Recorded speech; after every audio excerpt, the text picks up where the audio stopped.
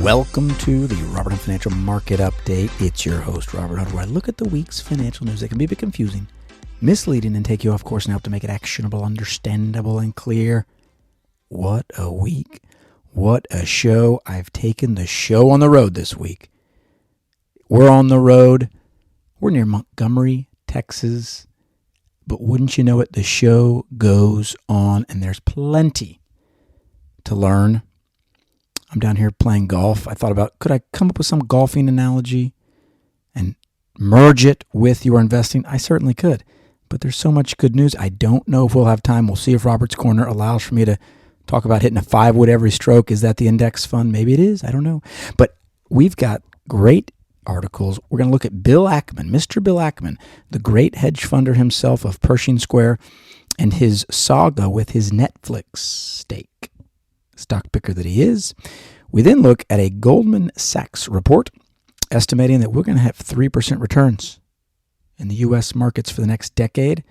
How scared should we be? And then we fancy ourselves with an article that discusses a 79-fold return in private equity. That's right, 79x, meaning if you put in $1, you got $79 back. We're going to see what can we learn from this? Is this replicable? Why are we investing in index funds? These are legitimate questions. And then in closing, a friend of the show, good friend of the show, one of our favorite friends of the show, sent us a great data point regarding home performance, meaning how valuable your home has gotten year over year versus the S&P 500. We're going to examine some presuppositions about that and just see if we can't educate ourselves on, maybe your home's not as good a deal as you thought it was. But at the top, Bill Ackman, I came across this originally on Twitter with a chart that was breathtaking. So Netflix, as you're all well aware, is a streaming company. They put movies out there and they charge you for it, and they're publicly traded and they've got a stock. Where Mr. Bill Ackman of Pershing Square, he acquired about 3.1 million Netflix shares in January. Those were worth at the time $1.1 billion with a B. And wouldn't you know it, he later, and this is not so much later, this is like, months and months later, he sold that stake, resulting in a $400 million loss.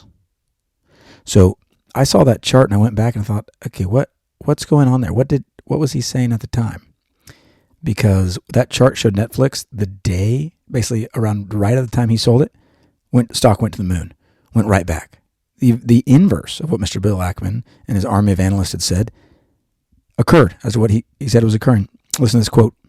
Ackman says, "While Netflix's business is fundamentally simple to understand, in light of recent events, we have lost confidence in our ability to predict the company's future prospects with a sufficient degree of certainty." It's an eloquent statement, isn't it? Ackman said Netflix moved to modify its subscription-only model to be more aggressive and going after non-paying customers and doing corporate advertising are sensible, but he just can't predict it anymore. Well, this is a wonderful example of one, stock picking is really hard, but two, have you ever thought, what if I just followed famous investors and copied their investing? These moves are publicly noticeable, so you get a little bit of a delay, but what famous hedge fund investors and even Warren Buffett and Berkshire Hathaway, eventually they have to disclose their holdings. What if you just copied all their hard work? Could you just beat the index that way? And we have to go back to some of our favorite data. Did you know that only 4% of stocks in the entire stock market represent the net gain for the entire U.S. stock market? 96% of stocks collectively earn the return of cash. This is research from Hendrik Bessenbinder. Do stocks outperform treasury bills? This is one of those things I laminated and made so you all could see. So this is 96% of stocks collectively earn the return of cash, with only 4% of stocks representing the net gain for the entire stock market. So anytime you see Mr. Bill Ackman or anyone else picking a stock, just know, they're actually digging in to the 4%. They are playing a game. They are hitting the driver. Here I go with my golf analogy. They're hitting the driver, trying to get it in the hole, knowing full well I am looking for the needle in the haystack. When Mr. John Bogle, what did he always say? Buy the whole haystack. So in this particular instance, easy for us to say, Mr. Ackman lost $400 million just by clicking a button. Well, we're not going to do that, are we? Mr. Ackman has plenty of wins as well. He's lost money and made money on his and he's made bets that were spectacular. You and I don't need to play that game. You and I can buy the whole haystack, as Mr. Bogle is quick to remind us. Because it is a brutal, brutal game. When do you lose confidence, Mr. Ackman? How long do you follow his stock picks? Has he lost it? Is he still good? You don't know. Buffett every decade has had to justify himself as an investor. Every single decade, Warren Buffett, who arguably is the greatest stock picker of all time, every decade, the people say he's lost it. In the 1960s, he's lost it. He closed his partnership up, had to go to cash. 1970s, lost it. 80s, 90s, they really thought he lost it. So people stopped following him because he missed the whole tech boom. Turns out he's right again. But when do you get on and off the train? It's very difficult. So be willing to look at these great stock pickers like ships passing the night. Applaud them when they do well. Don't mock them when they do poorly, and just know you're playing a different game. You're buying the whole haystack. You're not going for the 4%. You want to buy it all so you don't miss out on the big moves. And then this is a great article by Mr. Ben Carlson, A Wealth of Common Sense. He's looking at these prognostications. So Goldman Sachs is saying that there's a 70% chance that U.S. Treasuries are actually going to beat stocks over the next decade. Yeah. So what are they saying? They put out a research piece that says the S&P 500 could return just 3% annualized over the next 10 years. That's just 1% after inflation. So your net return every year, Goldman Sachs, and a lot of smart Aggies work there. So legitimate institution. Goldman Sachs is saying our prediction for the next decade is you're going to earn 1% every year. That's an inflation-adjusted number, 1% every year. 1%? 1%? Why? Who would sign up for that game? I don't want to sign up for that game. I will confess, this sort of research impacts me. So this is where the preacher is in need of his own sermon. When I see stuff like this, I am affected because I kind of have an instinct that everything's expensive at all times. I thought stocks were expensive. Get this. I remember I think 2014. I thought stocks were expensive. And I struggled. Do I dollar cost average? It was time for me to invest. But stocks seem a little frothy. 2014. I made myself invest. I had good counsel because we all need good counsel. Even your favorite podcaster needs advice. And I invested, and boy, I'm glad I did. But even then, I thought it was overvalued. So here we go, Goldman Sachs, a lot of smart folks over there. They're saying it's going to be bad, but it's rare. So this Carlson article says it's rare to see such low returns over a 10-year stretch. Roughly 9% of all rolling 10-year annual returns have been 3% or less. So basically what it's saying is there's a 1 in 10 chance that you have really bad returns in the U.S. stock market. 1 in 10 for your decade. So that's a game where the probabilities are in your favor. There's only a 1 in 10 chance that we get kind of really cruddy returns. Well, that's okay. That's okay.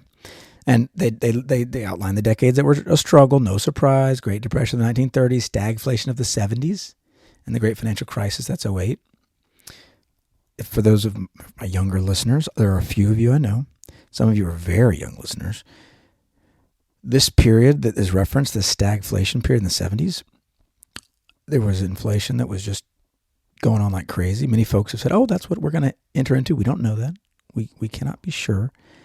But in that time period, if you just were a set it and forget it index fund, even though the mighty index fund wasn't very popular back then, but even if you kept your costs low, investing simple, time horizon long, you lost half of your value because of inflation. So nominally, it might have looked like your stocks were flat, but on an inflation-adjusted basis, you lost half the value of your stocks in that decade.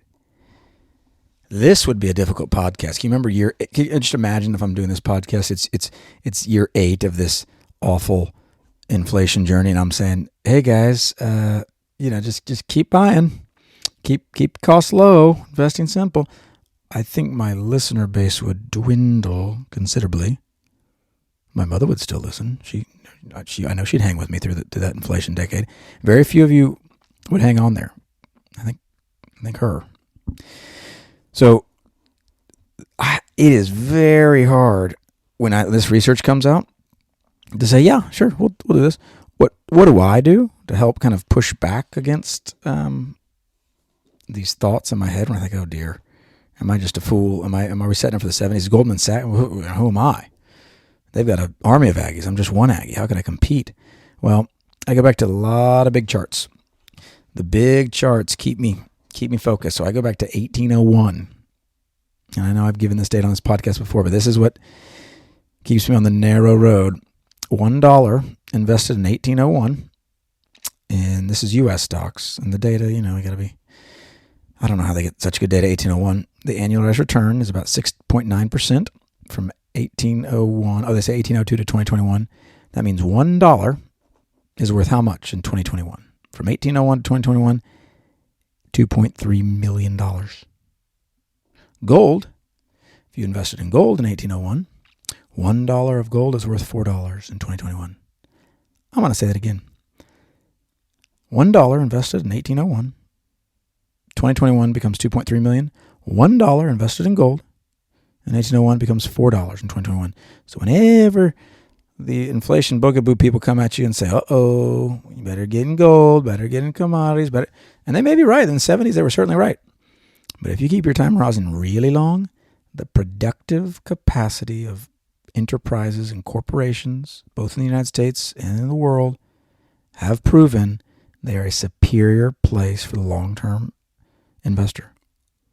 I'll say that again. Let the children come in. Go ahead and call them inside on this one. Children, the productive excellence of the corporation is a superior vehicle for capital allocation over a long-term horizon, which is what you are, which is what I am.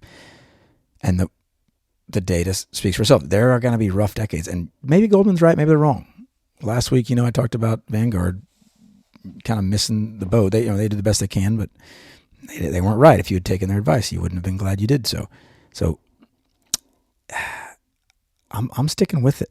And prognostications or not from Goldman, I'm hanging in there, and I think you should too. It's a better philosophy that we can stick with over the long term. And then in a wild Wall Street Journal article by Luis Garcia, October 23rd article, this little-known private equity firm booked a 79-fold return. Energy investor Lime Rock generated an outside gain from riding the West Texas oil boom over 17 years. Okay, see, we like that. That's long-term horizon. But just to translate that, $1 turned into $79. Wow. So the private equity firm sold the shares it received when Crown Rock, sale of a majority stake in oil and gas producer Crown Rock. It's one of the best scores in that space. So Lime Rock invested $96.5 million and 79x'd it. Whoa. This is a great quote. It's the highest return I've ever seen, certainly in the natural resource space, but also in private equity. A 79 times gross return cash on cash during the entire holding period. Private markets investor Greg Jensen said, wow. When you read the article, one of the things you notice is there were temptations for this investor to be short term, to get off the train. It was actually a great fight for them to hold for 17 years. A lot of the private equity industry is focused on shorter time horizons, which, as you know, we don't love. But they stuck with it. They kept the investment. And the temptation can be when we read something like this is, oh, well, I want a 79% return. Why don't I get into the next fund Lime Rock does? Or why don't I find the next, we'll call it needle in a haystack? Without significant expertise and a great deal of hard work and a lot of luck, it's not a good strategy. In fact, you'll find yourself with a casino-type mindset, and you'll always be looking for home runs everywhere you go. So we can applaud the 79x return, but this is a verse I know. I've said it a lot.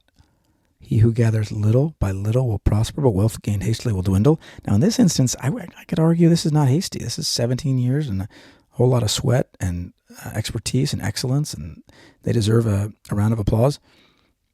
The temptation with an investor, if we're not careful, greed can sneak in, and our little fuddy-duddy choo-choo train index fund, it's going to seem provincial, pedantic, silly, Luddite. Like, why am I doing this when there's 79x to be had? You must realize the game you're in and be willing to watch others succeed.